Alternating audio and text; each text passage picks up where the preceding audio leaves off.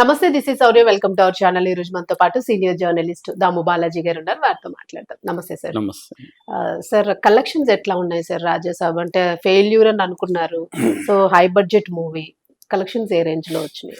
Collections మామూలుగా Prabhas range కి అయితే బ్యాడ్ గా ఉన్నాయి, బట్ మామూలుగా అయితే పర్వాలేదండి.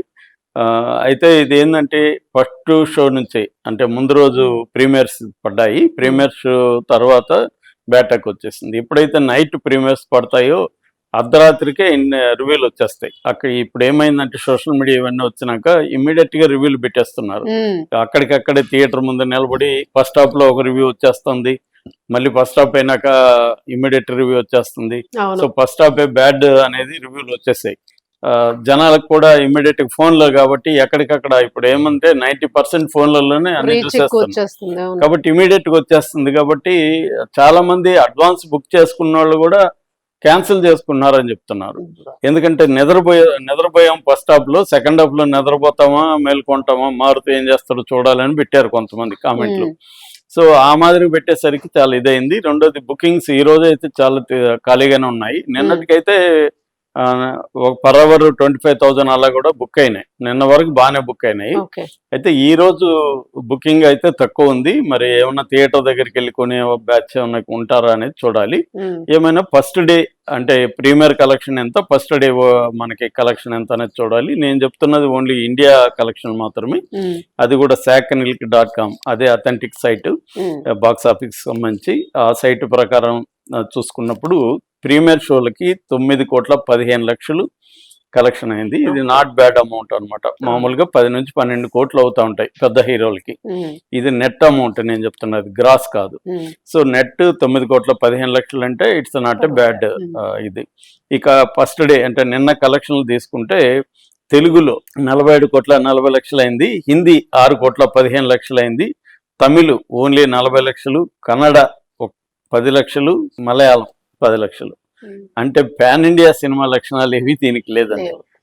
తెలుగులోనే మళ్ళీ ఎట్లయితే మనకి అఖండ కూడా ఇదే పద్ధతిలో ఉండింది. అఖండ కూడా పాన్ ఇండియా అన్నారు. కాకపోతే అఖండకి దీనికి తేడా ఏంటంటే బాలకృష్ణ అంతకుముందు ఎప్పుడు కూడా పాన్ ఇండియా స్టార్ కాదు, ప్లస్ ఆయన ఏజ్డ్ స్టారు. కాబట్టి ఈ రెండు కారణాల వల్ల పెద్దగా పాన్ ఇండియా ఓన్ చేసుకోలేదు. రెండోది ఆ సినిమాకి థియేటర్లో కూడా లేవు. ఎందుకంటే అప్పటికే దురంధర్ వచ్చేసింది, అది బ్రహ్మాండంగా ఆడుతుంది. రెండోది వీళ్ళు కూడా పాన్ ఇండియా లెవెల్లో ప్రమోట్ చేయలేదు, 1 వీక్ లేట్ అయింది. ఈ కారణాల వల్ల దానికి థియేటర్లు కూడా లేదు. కాబట్టి అది కూడా ఇన్ ఎసెన్స్ తెలుగు సినిమాగానే రిలీజ్ అయింది. కానీ ఇది అట్లా కాదు. ప్రభాస్కి ఆల్రెడీ పాన్ ఇండియా స్టార్. ఆయన 1000 కోట్ల సినిమాలు మొత్తం ఇప్పటి వరకు 9 ఉంటే అందులో ఈయనవి 2 ఉన్నాయి. అట్లాగే 600 కోట్ల సినిమా ఒకటి ఉంది. ప్రభాస్ అంటే తెలియని వాళ్ళు ఎవరు ఇండియాలో లేదు. అలాంటి స్టార్ సినిమాకి హిందీలో కేవలం 6 కోట్లు వచ్చింది అంటే తక్కువ, చాలా తక్కువ వచ్చినట్టు. ఇంకా మిగతా తమిళనాడు, కర్ణాటక, కేరళలో అయితే ఆల్మోస్ట్ అది నెగ్లిజిబుల్ అమౌంట్. ఓన్లీ తెలుగే 47 కోట్లు చేసింది. ఓవరాల్గా ఫస్ట్ డే అంటే నిన్న 54 కోట్ల వరకు కలెక్ట్ చేసింది. 2 కలుపుకుంటే అంటే ప్రీమియర్స్ నిన్న ఫ్రైడే కలెక్షన్లు 63,30,00,000 నెట్ అనమాట. ఇది నాట్ బ్యాడ్, బట్ ప్రభాస్ రేంజ్కి అయితే వచ్చినట్టు కాదు. సో ఈ రోజు అయితే ఇంకా తగ్గిపోయే అవకాశం ఉంది. మామూలుగా అయితే ఈ రోజు రేపు నుంచి ఇంకా సంక్రాంతి హడావుడి మొదలైపోతుంది. మామూలుగా అయితే రేపటి నుంచే సంక్రాంతి హడావుడి మొదలవుతుంది. సినిమా ఇది చిరంజీవిది 12 ఉంది కాబట్టి అంతవరకు గ్యాప్ కూడా ఉంది. ఇంకా రేపు ఎల్లుండి కూడా ఈ సినిమాకి మామూలుగా అయితే ఆడియన్స్ చూడాలి. కానీ ఇది బ్యాడ్ టాక్ వచ్చేసింది. బ్యాడ్ టాక్ వచ్చినప్పుడు ఎందుకు లేదు చిరంజీవి సినిమాకి వెళ్దాం. ఇప్పుడు ఎందుకంటే ఒక ఫ్యామిలీ పోవాలంటే 2,000 మినిమం, 4 పోవాలంటే 2,000 లేకుండా థియేటర్లు వెళ్ళి సినిమా చూడలేం. ఈ 2,000 దీనికి పట్టేసే బదులు చిరంజీవి సినిమాకి వెళ్దామని అనుకునే ఫ్యామిలీసే ఎక్కువ ఉంటారు. సో ఇంకెవరు చూడాలి? ఫ్యాన్స్ చూడాలి. ఫ్యాన్స్ ఏమో ఆల్రెడీ నెగిటివ్, వాళ్ళే నెగిటివ్ చేస్తున్నారు. ఫ్యాన్స్ మారుతిని కొడతామంటే అర్థం ఏంటి? సినిమా బాగాలేదనే కదా. సో కాబట్టి ఫ్యాన్సే వైలెంట్ గా తయారైపోయారు. అక్కడెక్కడో రాయగడ్డ ఎక్కడో థియేటర్ కూడా తగలబడింది. అంటే ఫ్యాన్స్ కోపంతో చేశారని వార్తలు వస్తున్నాయి. మొత్తానికి ఫ్యాన్స్ అయితే కోపంగా ఉన్నారు.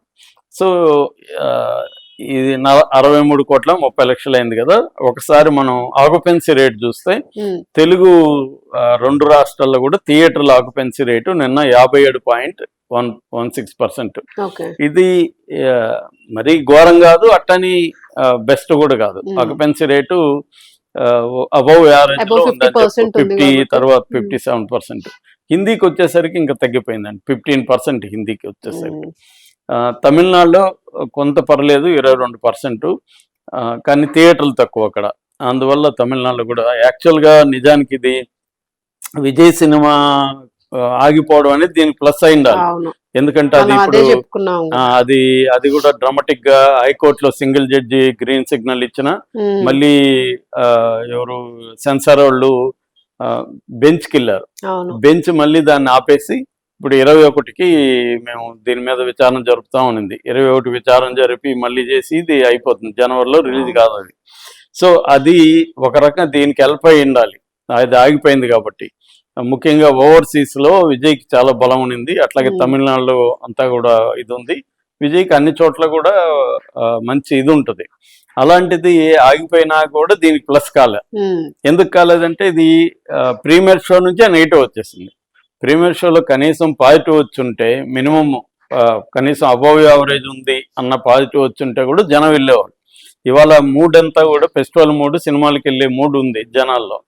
కానీ ఇది నెగిటివ్ వచ్చేసరికి ఆక్యుపెన్సీ రేటు ఆటోమేటిక్గా తగ్గిపోయింది. హిందీలో అది ఉంది, తమిళనాడులో 22% ఉంది ఆక్యుపెన్సీ రేటు, కర్ణాటకలో అయితే 15% ఉంది, మలయాళం అంటే మన కేరళలో వచ్చి 11% ఉంది. అంటే కేరళ కన్నడలో ఓన్లీ 10 లక్షలు అనేది అసలు చిన్న సినిమాలకు కూడా అంతకంటే బెటర్ గా ఉంటాయి. సో ప్రభాస్ సినిమా అనేది ఈ రేంజ్ లో ఈ మధ్య కాలంలో డిజాస్టర్ టాక్ ఈ స్థాయిలో తెచ్చుకోవడం అనేది మాత్రం చాలా అరుదు అని చెప్పాలి. ఈ మధ్య కాలంలో big disappoint. So sir OTT పరిస్థితి, ఓటీటీ ఆల్రెడీ అమ్మేశారండి, ఓటీటీకి అమ్మేశారు. కానీ ఎంత అనేది ఇంకా ఓటీటీ కూడా ఇప్పుడు ఈ ఫ్లాప్ అయినాక వాళ్ళు మళ్ళీ బేరాలు పెడతారు, పుష్ అవడానికి కూడా కష్టం అవుతుంది. ఓటీటీలో కూడా చూడలేరు ఇంకా.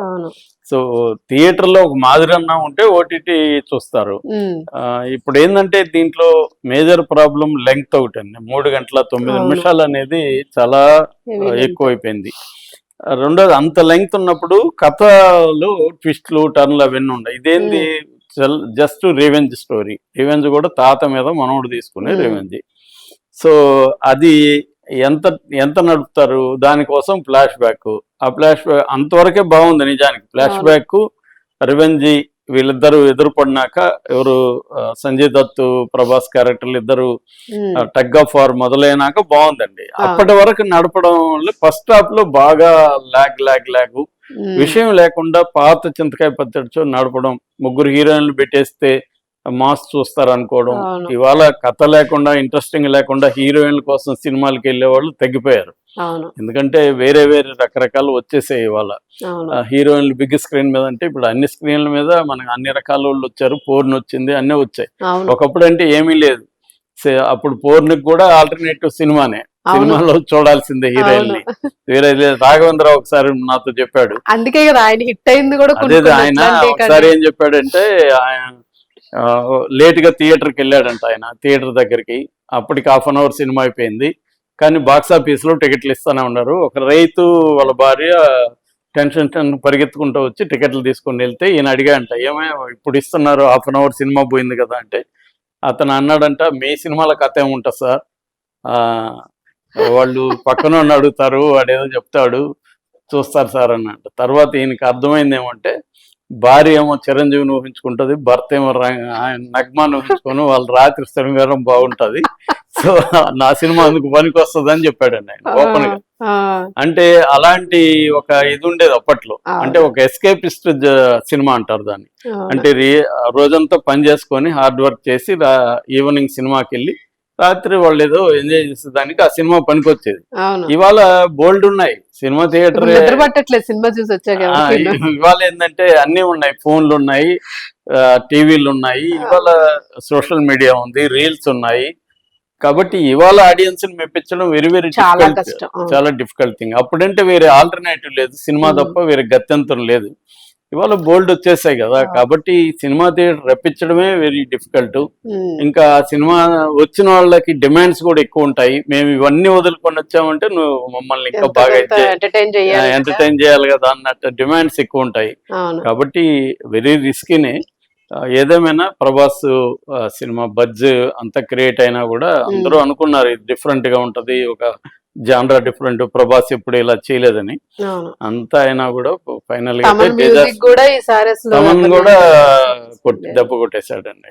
అదే ఒక్కొక్కసారి ఏమవుతుందంటే కర్ణుడు చావుకు 100 కారణాలు అన్నట్టుగా అందరూ కలిసి దీన్ని దెబ్బ కొట్టారు. కానీ ఇప్పుడు పేరేమో నెగటివ్ పేరేమో మార్కే వస్తుంది. సార్ అంటే ప్రభాస్ ఎట్లా రియాక్ట్ అయ్యే ఛాన్స్ ఉంది ఆయన అన్నారు. అదే అంటున్నారు, మారుతి ఎక్కడని అడుగుతున్నాడు ప్రభాస్ అని. కమ్ టు మై రూమ్ అని ఒక ఇది ఉంది popular, Maruthi come to my room అని పెడుతున్నారు ఎక్కడ చూసి. ఏమవుతాడు ప్రభాస్ కి ఇవన్నీ తెలియకుండా, కొత్తగా ఫ్లాపులు ఆయన కొత్త కాదు, ఆయనకి కూడా తెలిసిపోతుంది. ఇంకా దీన్ని వదిలేసి ఇంకా నెక్స్ట్ దీని మీద మామూలుగా ప్రభాస్ చెప్పాడు కదా చాలా సార్లు, నా సినిమా రిలీజ్ అప్పుడు నేను నిద్రపోతాను, ఎవరిని లేపమని నాకు టెన్షన్ ఉంటుంది అని చెప్పాడు ఆయన. సో ఈ సినిమా కూడా నిద్రపోయి ఉంటాడు, మరి ఎవరు చెప్పారో వార్త తెలియదు ఆయనకి. ఏదేమైనా ఆయనకి కూడా ఎవరికైనా హీరోలు కష్టపడి చేస్తారు కదండి ఒక సినిమా. ఎందుకంటే ఇవాళ సంవత్సరానికి 5 సినిమాలు 6 సినిమాలు ఎవరు చేయట్లేదు కదా, 2 3 ప్రభాస్ కొద్దిగా బెటర్ మిగతా వాళ్ళకంటే. కాబట్టి నెక్స్ట్ సినిమా మీద ఆయన ఆల్రెడీ స్పిరిట్ మంచి బజ్ క్రియేట్ అయింది కాబట్టి ఇంకా స్పిరిట్ మీద ఇదవుతాడు. సో ఆయన కూడా వంగాకు కూడా మంచి ఇది ఉంది కాబట్టి ఫామ్ లో ఉన్నాడు వంగా కూడా. స్పిరిట్ తోనే సాటిస్ఫై అవ్వాలి. సో అది వచ్చే అవకాశం అయితే ఉంది. Thank you.